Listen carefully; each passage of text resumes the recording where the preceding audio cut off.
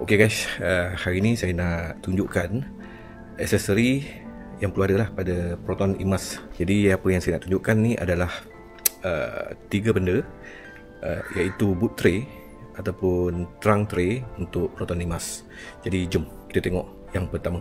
Kalau korang tengok pada Proton IMAS punya boot, dia ada 2 level Okay, yang pertama yang ni paling atas sekali, nampak?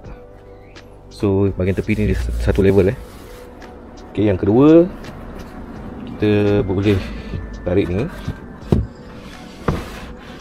Okay, kemudian letak bahagian bawah macam tu.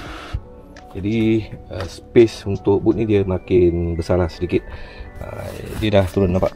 Jadi untuk yang ni saya akan tunjukkan tray yang pertama lah.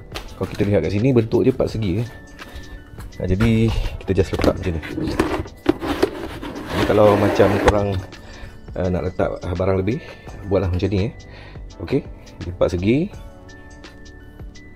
Yang kedua kejap, ni kena keluarkan.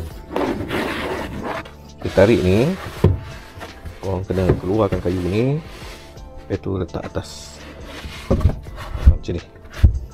Alright, dia tinggi sikit.